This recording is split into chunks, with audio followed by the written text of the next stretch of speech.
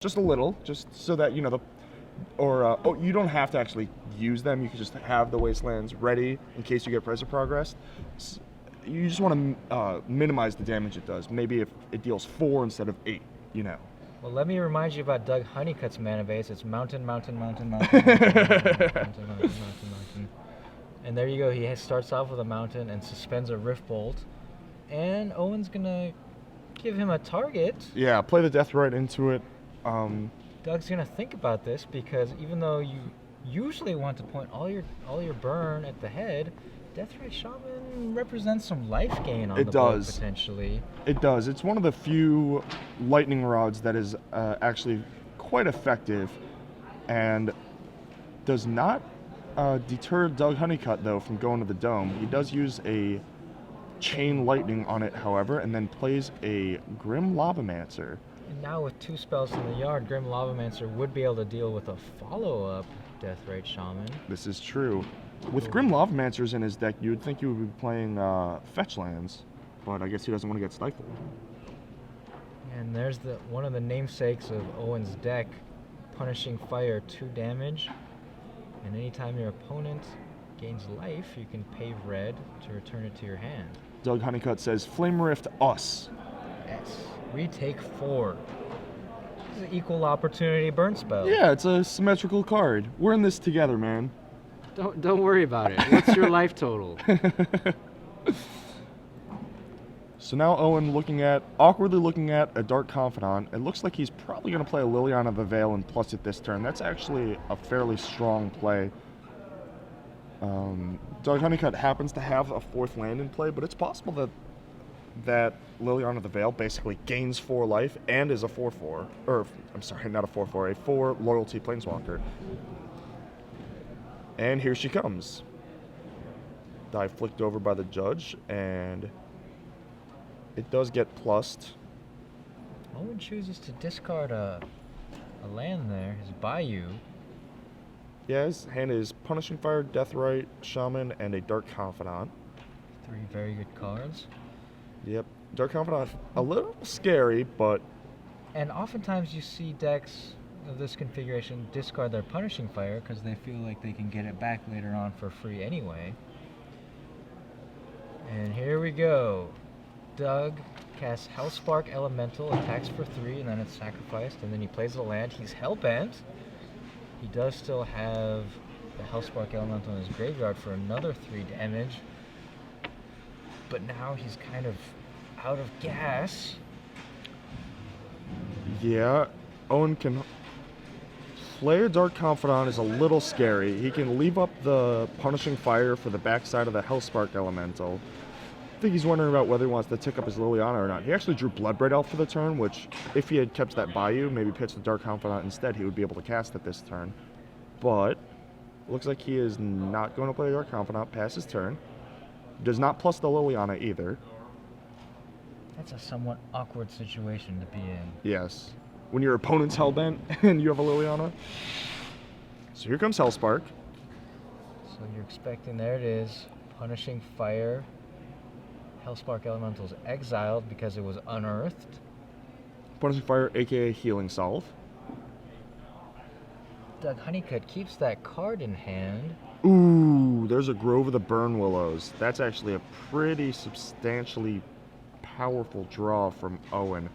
It does open him up a little bit more to Price of Progress, but not only is it his 4th land for Bloodbraid Elf, but he can get back those Punishing Fires, and that will prevent any future creatures from dealing him any damage. Looks like he's going to start with the Bloodbraid Elf, though, and we spin the wheel into Dark Confidant. Oops. He does choose to cast it. Cascade is optional. You don't have to cast it if you don't want to, but he chooses to play it. He looks like he's just going to try and get his opponent dead. Plus Liliana. Lightning Bolt you down to 6. Attack you for 4. And now a Price of Progress would be lethal. And depending on what's on top of Owen's deck for that Dark Confidant... Yeah, even less could be lethal. Ooh, Goblin Goblin Guide. Goblin That's Guide, unfortunate. yeah, a little awkward here because the Dark Confidant would happily jump in front, and you can't really save it on defense to block, say, the Bloodbraid Elf because it would just be edicted away by the Liliana. So Dark Confidant reveals a Deathrite Shaman. Owen falls to 5, draws for turn. It's an Abrupt Decay. Edict the Goblin Guide is the start of the turn. That was a super awkward first appearance in Goblin Guide. Yeah, was that? Stayed Are you back satisfied about that? No, I'm devastated. Attack for 5, leave back the Deathrite Shaman to maybe gain some life. And play another Deathrite Shaman. Pass the turn.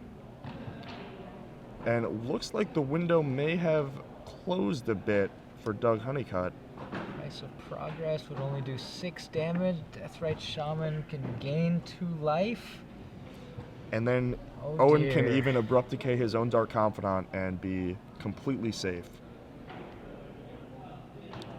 Passes the turn. Deathrite activated Did he activate the Deathrite Shaman and then on end step and Doug Price of Honeycutt Progress. had the Price of Progress in response? Yeah, wow, unreal. Owen didn't tap the Deathrite. He must have just verbally announced it, tapped the mana for it, and Doug just flips over the miracle. Price of Progress off the top, and we are on to game 2. Wow. That's a pretty awesome 4-outer. Yeah. I mean, that's what he needed. He braked on that Goblin Guy that we saw stay back on that was like the worst defense. draw besides another land. And then it turned into his best draw, and he was patient with it, waited for his The opponent. T-Chang hand spread. And we've seen this before with burn decks, with Patrick Sullivan, the master of burn decks, waiting for their opponent to make some kind of misplay and then just throw the burn spell onto the table. Pounce. I was waiting for that. You smell weakness and you pounce. Wow. I'm so glad we saw that game. That was a fantastic game right there. And now, Ooh, trivia. it's trivia time. I have a question. Okay. Okay. Let's go ahead with your question then. So, you're going to have to tweet the answer at SCG Live with the hashtag SCG Premium. And I want to know... Oh, also, it's about accuracy, not speed. Don't hurt yourself rushing. Don't We're just gonna tweet pick too fast. Yeah, carpal tunnel, it's no good. In 2 weeks is the next Star City Games Open. We are playing Team Sealed at that tournament, and I want to know where it is. What city is the Open going to be in 2 weeks? It's a good question, right? It is a very good question. The Team Sealed is on Saturday, and then a Standard Open on Sunday. I'm excited. I'm going to try and play. You're going to try to play. I will be there as a judge. What city is the open weekend in 2 weekends where we're doing Team Sealed and Standard? Tweet the answer, hashtag SCG Premium, and I'll just give you perhaps a little hint and say you do not have to spell it correctly. You have to spell it like I pronounce it. You can spell it however you want. Just make sure it's close enough that our that it's producer can identifiable. understand. Yes. And he will choose a random correct answer, and you will win 3 months of StarCityGames.com Premium. Okay, so let's go back to the action, AJ. That was an insane finish to that first game. It was. The Price of Progress off the top that still wouldn't have done it had Owen just taken the turn back. But the end of turn Deathrite activation Right, and had Owen still on the stack.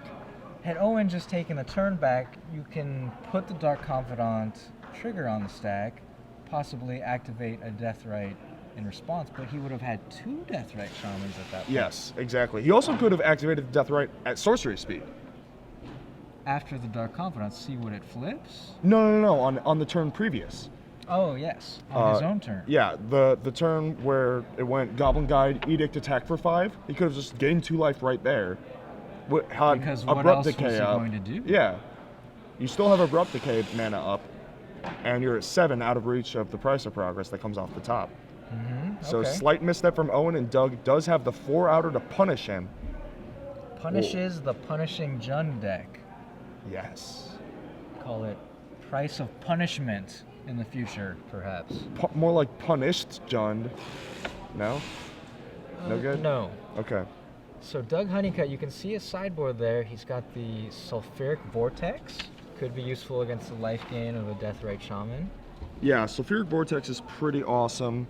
It does get Abrupt Decayed, which is pretty unfortunate. If you're investing 3 mana into something that's just going to get killed, What? then that's Is this not exactly correct? profitable. He's got a Detention Sphere? So that's for the Show and tell. Yeah. So we were talking earlier that many decks bring an Angel of Despair. He's got those too. So he's got the full package, 3 Angel of Despair and 1 Detention Sphere. Why mix it up like that? Couldn't tell you. Okay. So if Doug Honeycutt wins this open, we'll have to signal Glenn Jones and maybe have him ask why the Detention Sphere instead of a 4th Angel of Despair.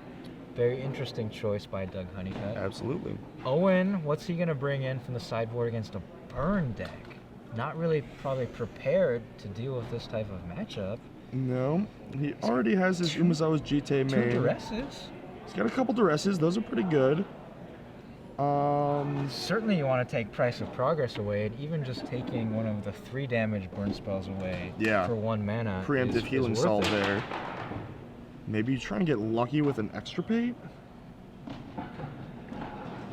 That's you- pretty much all he can bring in. Can you Engineered Plague Elementals? Get rid of Hellspark and the Young Pyromancer tokens? Probably not worth it. I mean, you can name human. Grim Lavamancer's a human, right? You can get Lavamancer and Young Pyromancer.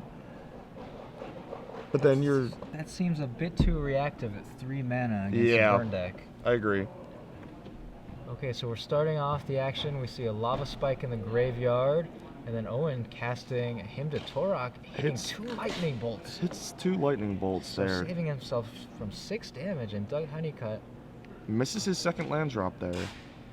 So Doug keeping a hand of seemingly all Lightning Bolts, perhaps. All Yeah. 1 mana burn spells. Well, to be fair, that is, 70% of his deck. And here we see Owen very intelligently fetching out his basics, trying to soften the blow of that Price of Progress card that he lost to almost single-handedly in game 1. Liliana of the Veil comes down, and this is the situation that Liliana is very good against the burn deck. He's going to get at least 2, probably 3, maybe even 4 cards out of this. Especially following up a Hymn to Torok that took 2 spells and a mana-screwed opponent. Absolutely.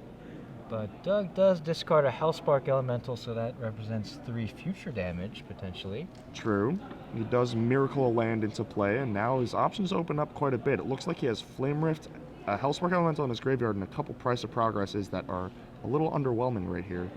He's going to attack with Hellspark Elemental and just ignore that Planeswalker. He says, I want to dome you. 3 more, taking Owen to 12.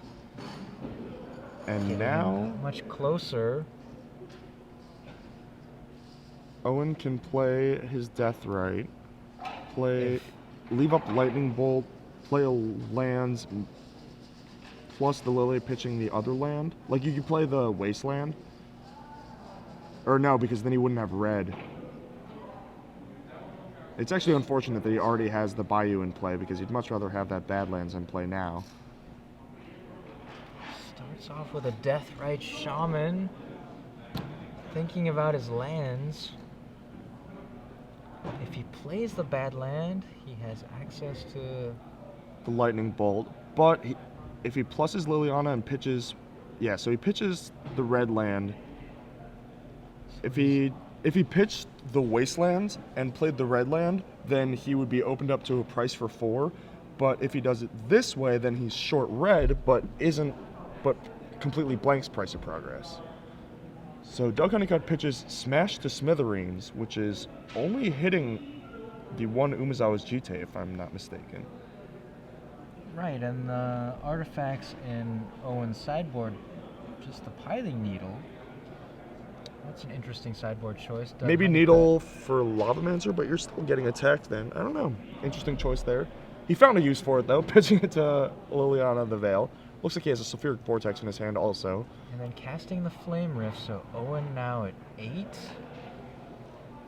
Yep, Owen down to 8. Liliana going to 6. Pitching the Lightning Another Bolt. Smash to Smithereens. Passes the turn. Maybe Doug figures the matchup's so good that the only way he could lose is if GT gets active.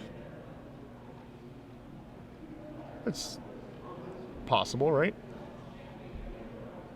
It is, but just dead cards in this situation. Yeah. And you recall on turn 2 that Torak took 2 Lightning Bolts. Just imagine how different this game would have been if Yeah. there had been 2 Smash to Smithereens randomly taken by that Yeah. Torak, and he still had access to the 2 bolts. Wow, Deathrite is actually draining Doug instead of gaining life there. Interesting choice. So Owen unafraid. Oh, he doesn't have a creature. The Hellspark was bought back. Or what's the word for unearthed? Unearthed. Right, and Owen has not yet discarded a creature of his own to the Liliana activations. So, here we see a Tarmogoyf. Pretty good card in the matchup. Liliana of the Veil at 6 loyalty counters now.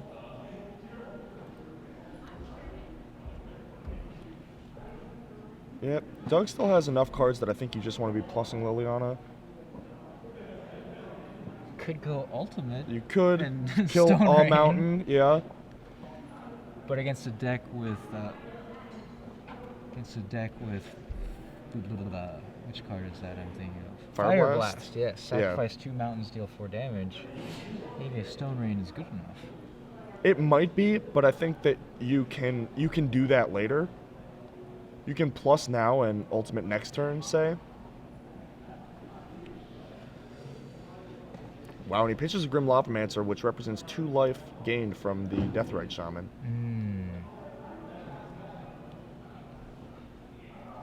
So he's really hoping. Price of Progress. So I think you want to keep the Bayou and just wasteland the wasteland and take 2. Gain 2 life. He is going to waste the Bayou. Yep, that's also reasonable. Just take 0. Stay safe away from, like, crazy sequences involving a Fire Blast. And with a giant Tarmogoyf, you're going to have lethal in a couple turns anyway. Wow, and Sulfuric Vortex slammed down. So Owen's going to fall to 6 here. And then cannot gain life from Deathrite anymore, so it is... I think it's ultimate time. You have Doug Hellbent.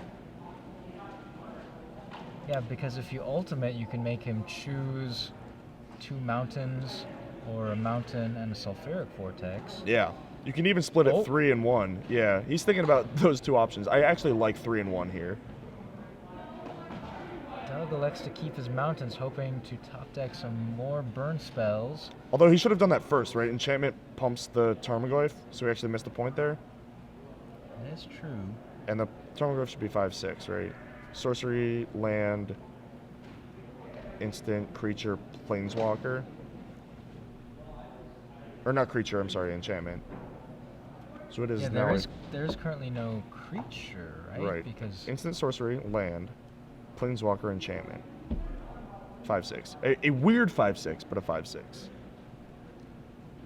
Doug Honeycutt electing to let the Sulfuric Vortex go. No creatures in either graveyard, so shutting off the life gain.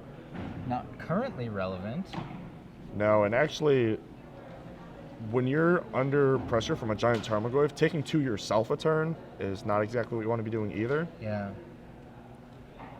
I think they're talking about the sequence there and trying to figure out how much damage the Tarmogoyf dealt, because there currently is an enchantment, but as you said, Owen elected to attack first, and then ultimately... Oh, you know what happened? Mistrigger? Mistrigger. So he cast Doug just said Sulfuric Vortex go, and yeah, that obviously seems intended for Owen to take 2. very likely to be the case. They're looking at But that didn't Sulfuric Vortex in the indicate it. graveyard. Rift Bolt you down to 5 instead of 3, and that is a huge difference. So yeah, we'll talk about Sulfuric Vortex and Mist Triggers in just a moment after this game finishes up. So Tarmogoyf does attack for, it should be 5. I'm still fairly confident. Which actually 5, 5, and 2 would have been lethal this turn, but so Doug Honeycutt drawing. Several things going on here. Oh, and it's a Flame Rift. Had he hit his trigger, he would have won the game and the match. But instead, we are going to game 3 thanks to a missed trigger from Doug Honeycutt.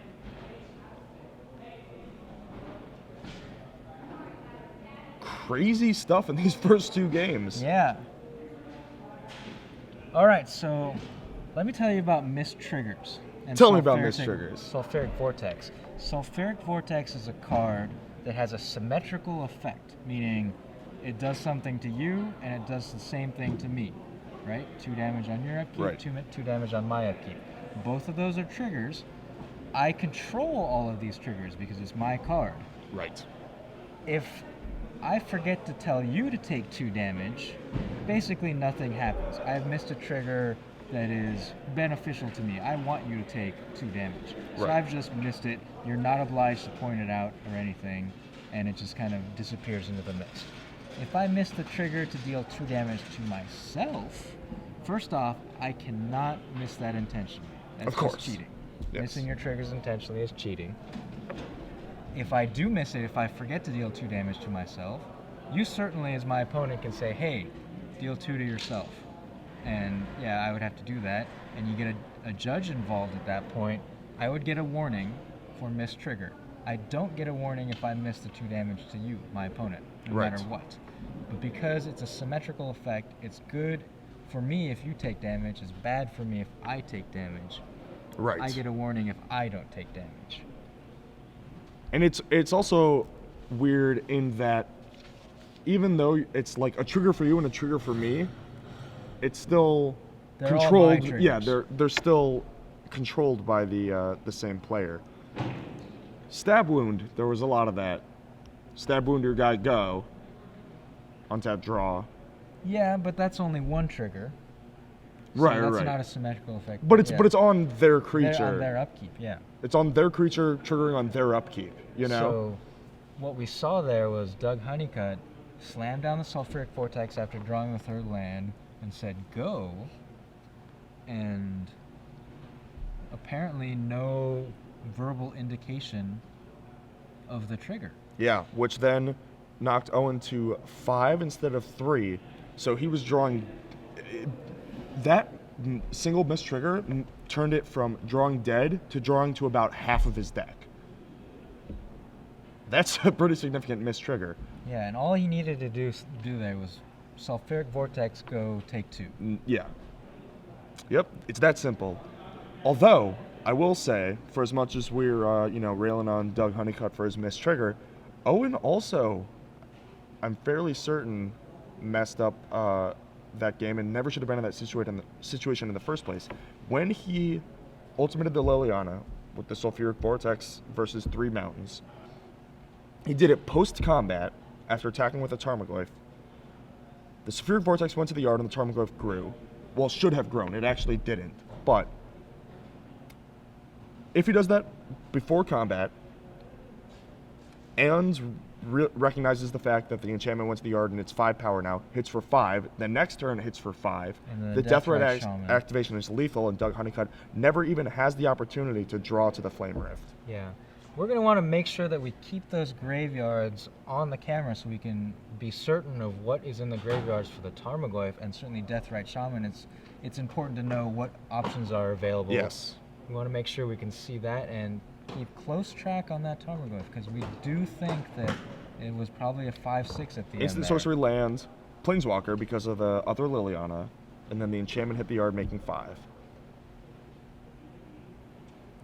All right, so going to game 3 here, quarterfinal action, the StarCityGames.com Atlanta Legacy Open. Doug Honeycutt, the number 1 seed with Burn. Owen Laufersweiler, number 8 seed with Punishing Jund. Doug took it down in game 1 in dramatic fashion, seemed to be dead. Owen made a little misplay there. A very slight one, and Doug punished him with a top deck. That was not the way I expected that game to end. And that's what burn decks prey on, is just that mistake. So many people wait to activate their abilities for the end of turn, when often you just need to gain that life as soon as possible just to get it out of the way. Yep. Don't give your opponent a window to burn you in response. Absolutely. So now Doug back on the play. Yeah. Chose to keep 7 versus Owen's 6. All right, so we do have news from the other side of the bracket, from the Delver side. Logan Rogers, who is playing the blue-white-red Delver, takes it down 2-0 over Taylor Scott, the Rug Delver, winning the Delver mirror match. Out with the old, in with the new. Long live the Queen. So a turn 1 Grim Lavamancer it's hard to defeat a Lavamancer when you don't have fetch lands. It takes a little more time usually. He needs to cast some burn spell, or is depending on his opponent to put some things into the graveyard. Yep. And he Well, that's passes. not how that works. That's Deathrite Shaman. Grim Lavamancer is only your own graveyard. So I thought you meant like to him to Torok him so that he could activate his Grim Lavamancer. I'm just getting my 1-drops confused here. So So- used to the dueling Deathrite Shaman. Yes, that is a theme in Legacy that ever since its printing we've been seeing more and more of. So here, Maybe they need to reprint a new Grim Lavamancer that can eat your opponent's out of their graveyard. opponent's graveyard, Let's do that. that'd be pretty sweet. But instead it just attacks for 1. Yeah, beatdown mode.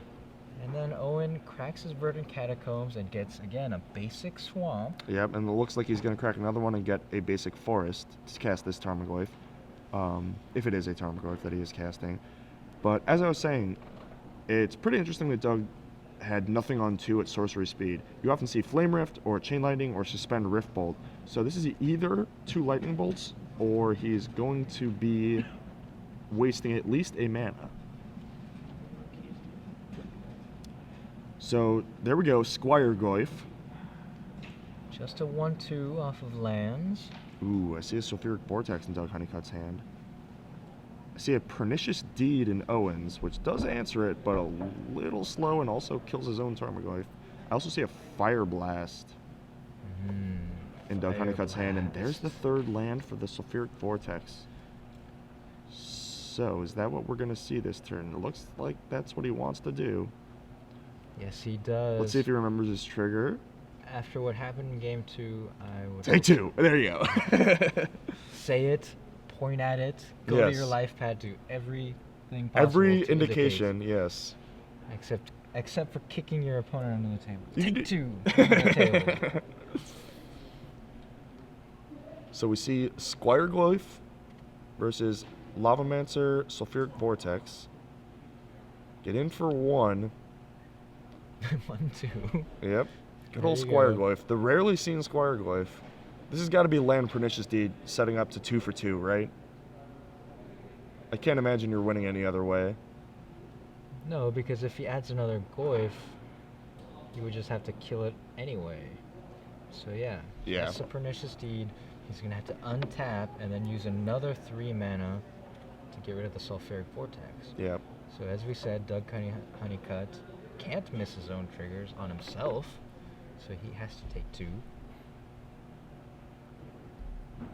And still nothing in his graveyard for Grim Lavamancer.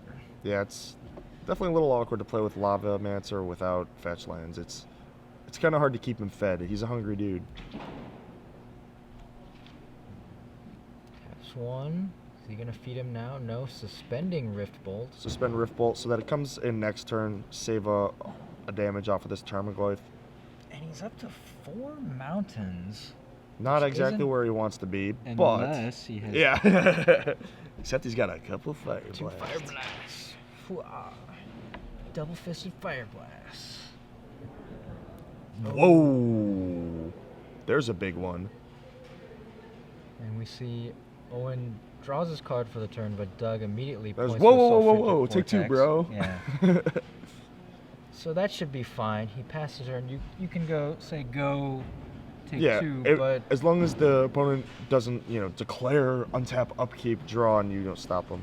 If he just draws his card right away, it's implied that you're getting priority in his upkeep. Or that he's passing through his upkeep, I should say. Sure enough, Tarmogoyf's going to get in there. Squiregoyf's going to get in there. take one. I mean, I might just block with the Grim Lavamancer. You know he's gonna blow that deed, right? Very likely. But, Well, maybe you get an opportunity to. like, if you block with Lavamancer, then Owen just abrupt decays the Yeah. vortex and doesn't have to use deed. So this way he gets the Rift Bolt off, deals 3 damage. He can still, if he has an instant speed burn spell, he can wait to see. Float to Fire Blast you. Okay, yeah. So here's what he's gonna. Response, In I'm gonna. response, Oh, whoa, whoa, whoa! This is awkward. They think it's an additional. They both think it's part of the ability, but it's an additional cost for both. But this is actually going to be lethal. 4/4 plus 2. So yeah, there's 2 Fire Blasts on the stack and a Grim Lavamancer still in play. This is all presumably. So what happened was the first Fire Blast was cast. In response, Owen said, "Activate my deed for 3," and then, yeah, There we Doug go. cast the second Fire Blast in response to the Pernicious Deed activation, and then he would have enough cards in his graveyard for the Grim Lavamancer. By the end of that sequence of plays, 10 damage. Doug Honeycutt takes it down. Some men just want to see the world burn. So says the Joker, so says Doug Honeycutt.